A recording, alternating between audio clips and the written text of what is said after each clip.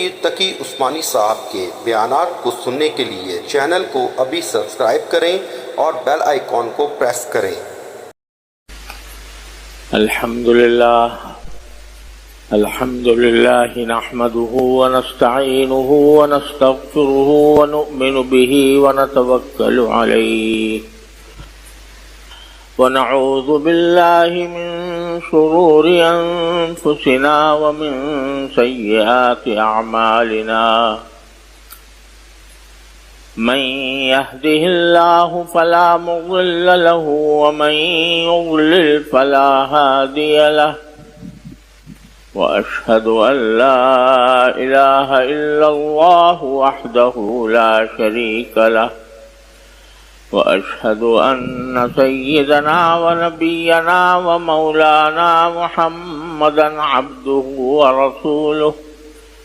صلى الله تعالى عليه وعلى آله وأصحابه وبارك وسلم تسليما كثيرا أما بعد فأعوذ بالله من الشيطان الرجيم بسم الله الرحمن الرحيم لن تنالوا البر حتى تنفقوا مما تحبون وما تنفقوا من خير فإن الله به عليم آمنت بالله صدق الله مولانا العظيم وصدق رسوله النبي الكريم ونحن على ذلك من الشاهدين والشاكرين والحمد لله رب العالمين۔ محترم بزرگوں، دوستوں، بھائیوں، السلام علیکم ورحمۃ اللہ تعالی وبرکاتہ۔ یہ قرآن کریم کے ایک آیت میں نے آپ کے سامنے تلاوت کی ہے۔ یہ وہ آیت ہے جس سے قرآن کریم کا چوتھا پارہ شروع ہو رہا ہے۔ اس میں اللہ تبارک و تعالی نے ارشاد فرمایا کہ لن تنالوا البر حتى تنفقوا مما تحبون، تم نیکی کا جو مطلوب درجہ ہے وہ کبھی بھی حاصل نہیں کر سکو گے جب تک کہ ان چیزوں میں سے اللہ کی خاطر خرچ نہ کرو جو تمہیں محبوب ہیں۔ پہلی بات تو یہ کہ یہ فرمایا کہ تم بر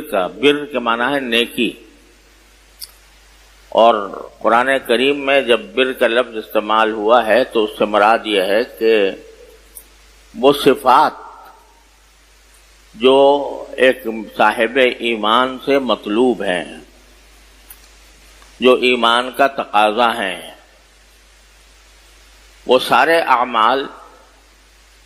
اور وہ سارے کام جو ایمان کا تقاضا ہیں ان کو بر یا نیکی سے تعبیر کیا جاتا ہے۔ لیکن عام طور سے ہمارے ذہنوں میں نیکی کا تصور صرف نماز روزے کی حد تک محدود رہ گیا ہے کہ آدمی نماز پڑھے، رمضان میں روزے رکھے، تلاوت کر لے، کچھ ذکر تسبیح کر لے۔ لیکن قرآن کریم نے اس آیت میں یہ فرمایا کہ چاہے تم کتنے نمازی ہو اور چاہے کتنے روزے رکھتے ہو اور چاہے کتنی تلاوت اور ذکر و تسبیح میں مشغول رہتے ہو،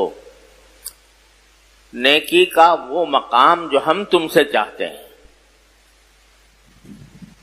بر یعنی نیکی کا وہ مقام جو ہمیں تم سے مطلوب ہے، جو ایک صاحب ایمان سے مطلوب ہے، وہ اس وقت تک حاصل نہیں ہو سکتا جب تک کہ تم اپنی پسندیدہ محبوب چیزیں اللہ تعالیٰ کے راستے میں خرچ نہ کرو۔ یعنی ایک تو ہوتی ہے زکوٰۃ۔ زکوٰۃ تو ہر مومن پر، ہر مسلمان پر جو صاحب نصاب ہو اس پر فرض ہے، وہ تو ایک فریضہ ہے ہی، اور ہر انسان کے ذمہ فرض ہے کہ وہ اپنی زکوٰۃ کا صحیح حساب لگا کر زکوٰۃ نکالے۔ اس میں بھی بڑی کوتاہیاں ہوتی ہیں کہ ایسے ہی بعض اوقات یا تو لوگ نکالتے نہیں، یا نکالتے ہیں تو ایسے ہی بغیر کسی حساب کتاب کے محض اندازے سے نکال دیتے ہیں، جس سے پوری زکوٰۃ ادا نہیں ہوتی۔ اس میں بھی کافی کوتاہیاں ہیں، لیکن یہاں قرآن کریم یہ فرما رہا ہے کہ زکوٰۃ تو اپنی جگہ، لیکن زکوٰۃ کے علاوہ بھی تمہیں نیکی کا مطلوب مقام اس وقت تک حاصل نہیں ہوگا جب تک کہ تم اپنی محبوب چیزیں، پسندیدہ چیزیں اللہ کے راستے میں خرچ نہ کرو۔ اور یہ خرچ کرنا بظاہر زکوٰۃ کے علاوہ ہے، اس لیے کہ ایک اور حدیث میں رسول کریم صلی اللہ علیہ وسلم کا ارشاد ہے کہ ان فی المال حقا سوی الزکاۃ، انسان کے مال میں زکوٰۃ کے علاوہ بھی دوسرے حقوق ہیں، زکوٰۃ کے علاوہ بھی دوسرے حقوق ہیں۔ یہ نہ سمجھے کہ بس میں نے زکوٰۃ ادا کر دی تو فارغ ہو گیا، اب مجھے کچھ خرچ کرنے کی ضرورت نہیں، بلکہ اس کے بعد علاوہ بھی حقوق ہیں۔ لہذا یہاں جو فرمایا جا رہا ہے وہ یہ ہے کہ آدمی زکوٰۃ کے علاوہ اللہ تبارک و تعالیٰ کی خاطر، اللہ تعالیٰ کی رضا جوئی کی خاطر کچھ خرچ کرے، اور خرچ بھی ایسی چیزوں کا کرے جو اس کو محبوب ہوں۔ دوسری جگہ قرآن کریم نے اس بات سے منع فرمایا ہے کہ آدمی جب بھی خرچ کرے بس اپنے گھر میں جو ردی چیزیں پڑی ہوں، بیکار، جن کا کوئی تعلق نہیں، جن کے استعمال کی کبھی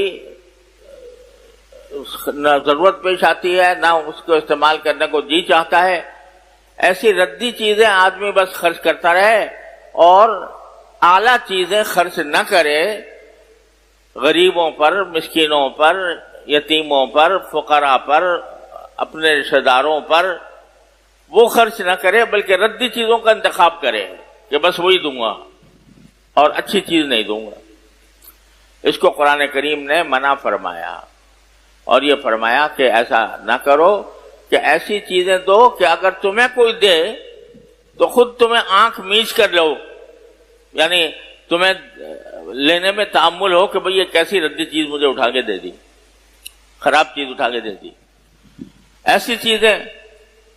چیزوں پر اکتفا نہ کرو۔ ٹھیک ہے، جہاں اچھی چیزیں دے رہے ہو وہاں تھوڑی بہت یہ کم درجہ چیزیں بھی دے دیں، وہ تو کوئی حرج نہیں، لیکن بس دن میں یہ ٹھانی بھی ہوئی ہو کہ جو ردی چیز ہوگی بس وہ میں غریبوں کو دوں گا اور باقی اپنے پاس رکھوں گا اچھی چیزیں۔ تو اس آیت نے فرمایا کہ نہیں، جو تمہیں پسند ہے چیزیں اور جن کے ساتھ تمہارا دل اٹکا ہوا ہے وہ اللہ کے راستے میں خرچ کرو۔ اسی کو دوسری جگہ فرمایا وَآتَ الْمَالَ عَلَى حُبِّهِ ذَوِي الْقُرْبَى وَالْيَتَامَى وَالْمَسَاكِينَ، کہ انسان مال دے باوجود کہ اس کی محبت اس کے دل میں ہو، لیکن اس محبت کے باوجود محبت یہ ہے، دل یہ چاہ رہا ہے کہ یہ اعلیٰ درجے کی چیز ہے، میں رکھوں، میں ہی فائدہ اٹھاؤں، لیکن اس محبت کے باوجود وہ اللہ کی خاطر وہ اپنے رشتہ داروں کو، یتیموں کو، مسکینوں کو، غریبوں کو دے۔ آتَ المال علی حبہ مسکینا ذوی القربى والیتامی والمساکین۔ اور نیک لوگوں کی تعریف کرتے ہوئے سورہ دہر میں اللہ تعالیٰ نے ارشاد فرمایا کہ یطعمون الطعام علی حبہ مسکینا ویتیما واسیرا، کہ وہ لوگوں کو کھانا کھلاتے ہیں، اچھا اعلیٰ کھانا کھلاتے ہیں جس سے ان کا دل اٹکا ہوا ہے، جس سے ان کو محبت ہے، اس محبت کے باوجود وہ کھانا کھلاتے ہیں یتیموں کو اور مسکینوں کو، اسیروں کو۔ تو یہ وصف ہے یہ کہ جس چیز سے انسان کو محبت ہے، پسندیدہ ہے، وہ چیز اللہ کے راستے میں قربانی تو جب ہی ہوتی ہے نا، قربانی تو اسی وقت میں ہوگی۔ اگر ردی چیز جو کبھی تمہارے کسی کام میں نہیں آ رہی اٹھا کے دے دی تم نے صدقے میں، تو یہ کیا قربانی ہوئی؟ وہ تو ویسے ہی تمہارے گھر میں بیکار پڑی ہوئی تھی، تمہارے ذہن پہ ایک بول تھا کہ بیکار پڑی ہے لاؤ، تو اس کو اٹھا کر دے دیا، اس میں کیا قربانی ہوئی؟ قربانی اس میں ہے کہ آدمی کو محبت ہے،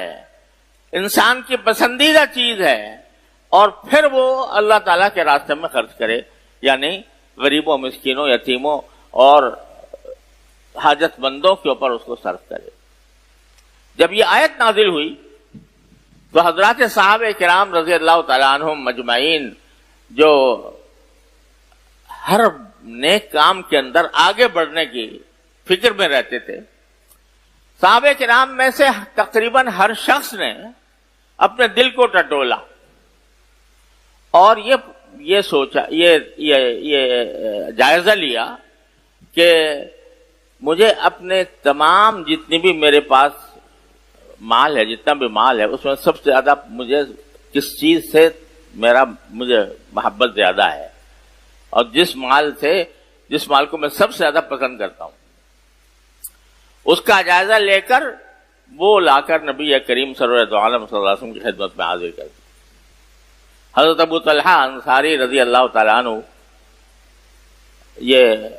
انصاری صحابی ہیں، حضرت انس رضی اللہ تعالیٰ عنہ کے سوتیلے والد ہیں۔ یہ بڑے مالدار لوگ تھے، یہ بہت مالدار تھے، اس واسطے کہ ان کی زمینیں جائیدادیں تھیں۔ تو ان کا ایک باغ تھا جو مسجد نبوی کے بالکل سامنے واقع تھا، اور اس باغ کے اندر ایک کنواں تھا، اس کنویں کا پانی بہت میٹھا ہوتا تھا، اور خود رسول کریم صلی اللہ علیہ وسلم، چونکہ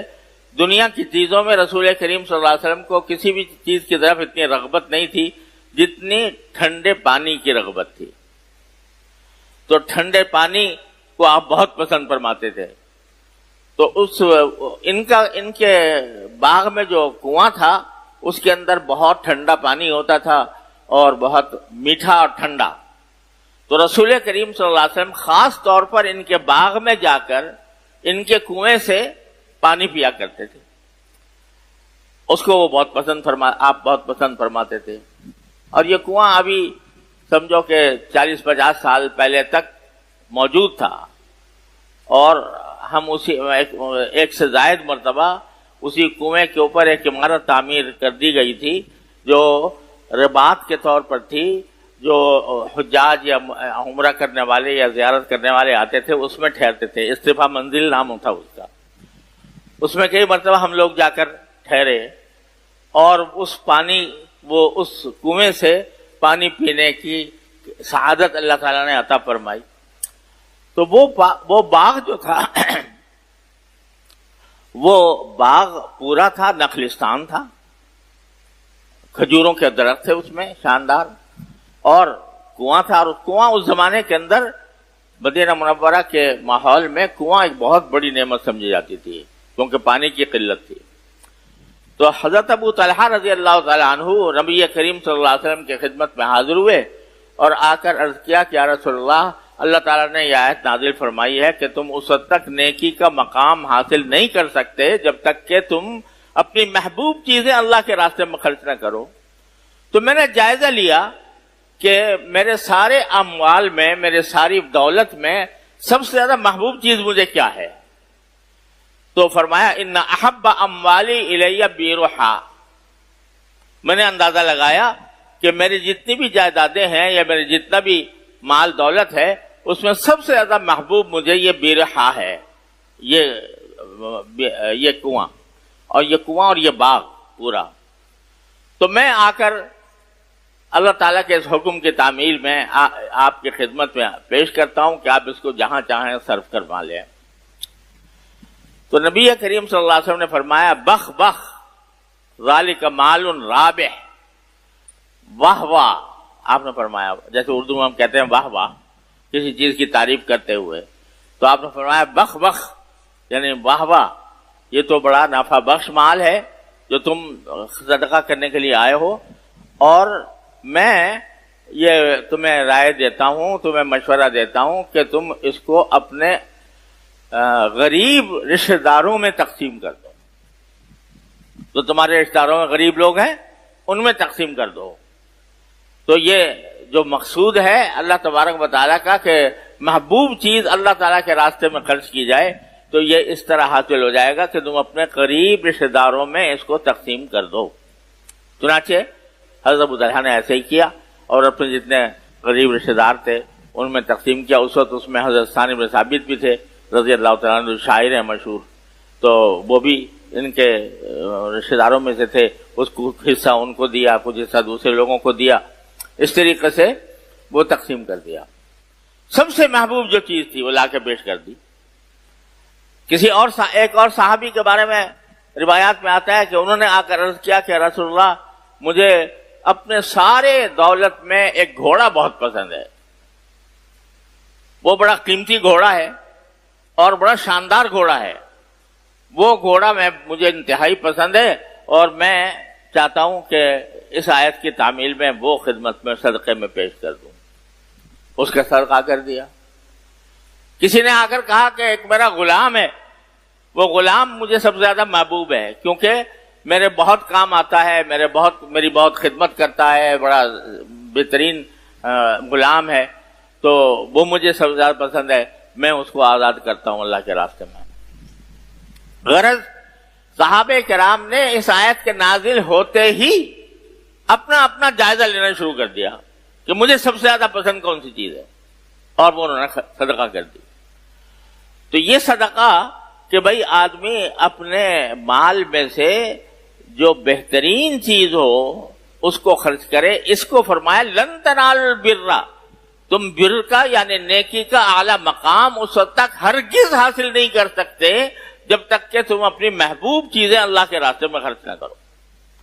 اور پھر فرمایا وما تنفقوا من خیر فإن اللہ بہ علیم، اور جو مال بھی تم خرچ کرو گے اللہ خوب دیکھ رہا ہے، جانتا ہے کہ تم نے کیسا مال خرچ کیا. واقعی اپنا محبوب مال خرچ کیا یا ایسے ہی ردی چیزیں خرچ کر دیں اور وہی دے دیں.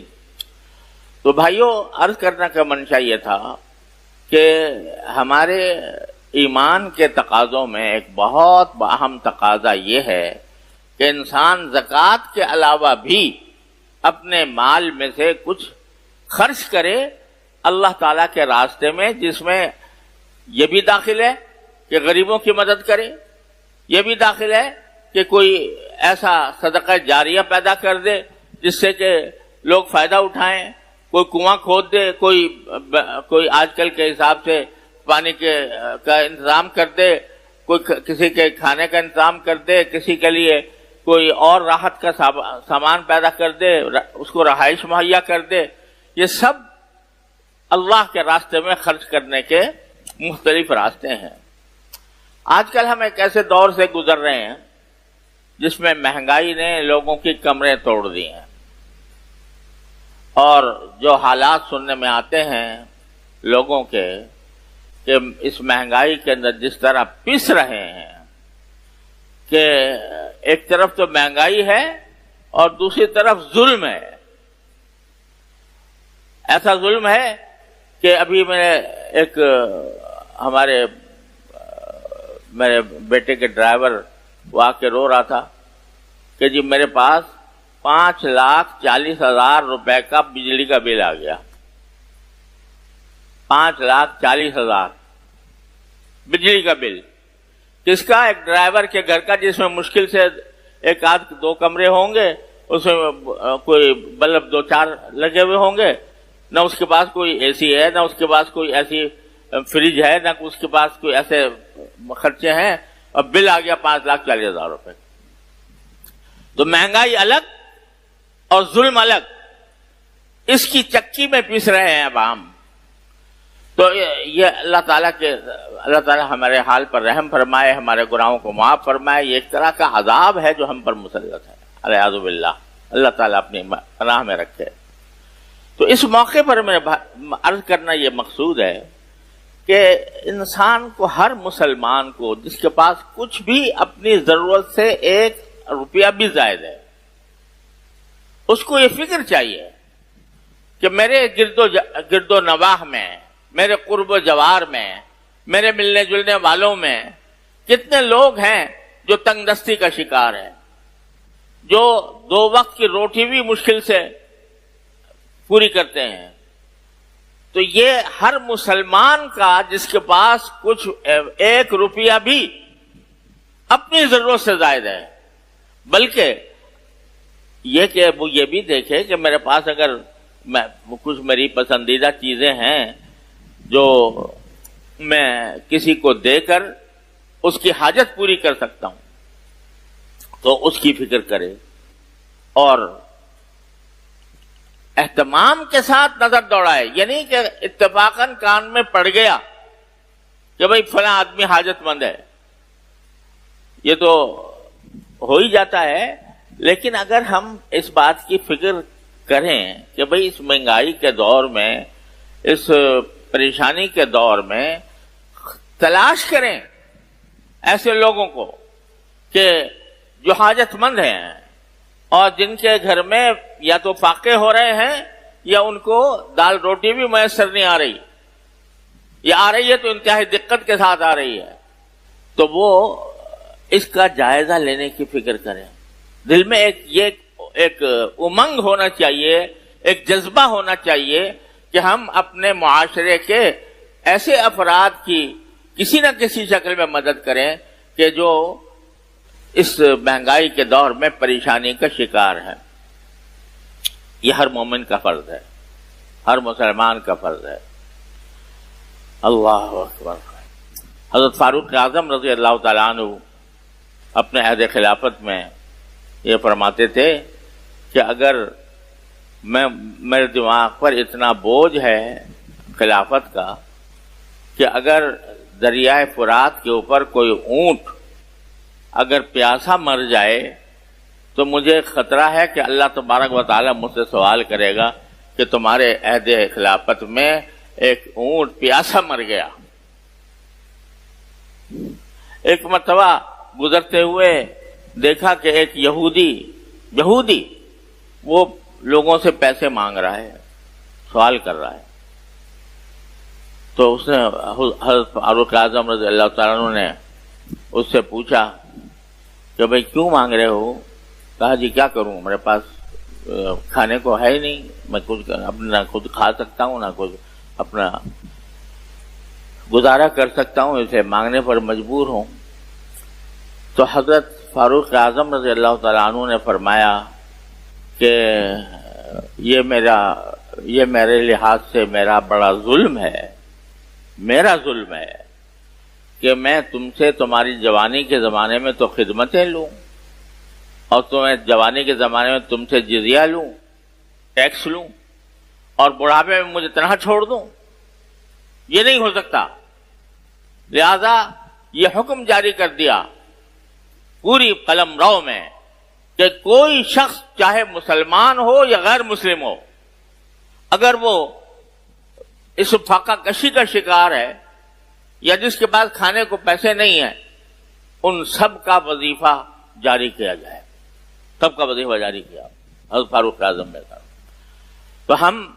یہ تو کر نہیں سکتے، ہمارے ہاتھ میں حکومت نہیں ہے، اللہ تعالیٰ ہمارے حکمرانوں کو توفیق دے. لیکن اتنا تو بے شک ہم کر سکتے ہیں کہ ذرا دیکھ بھال رکھیں اپنے گرد و پیش میں، اپنے قرب و جوار میں، اپنے ملنے جلنے والوں میں اس بات کی نگاہ رکھیں کہ کہاں ہم خرچ کر سکتے ہیں، کہاں ہم ان کی حاجت روائی کر سکتے ہیں. یہ ایک بہت بڑا صدقہ ہے، بہت بڑا بر اور نیکی کا کام ہے جس کی طرف ہمیں متوجہ ہونے کی ضرورت ہے. اور اگر بالفرض ہمارے پاس اتنا نہیں ہے کہ ہم دوسرے کو دے سکیں، اول تو ہمارے حضرت والد ماجد قدس اللہ تعالیٰ سرہ فرمایا کرتے تھے کہ ہمارے بزرگوں کا طریقہ یہ رہا کہ اپنی آمدنی کا کچھ تھوڑا سا حصہ طے کر کے رکھا ہوا ہے. جب بھی کوئی آمدنی ہوئی تھوڑا سا نکال کر ایک تھالے میں ڈال لیا. وہ حضرت تھانوی رحمۃ اللہ علیہ 5واں حصہ نکالتے تھے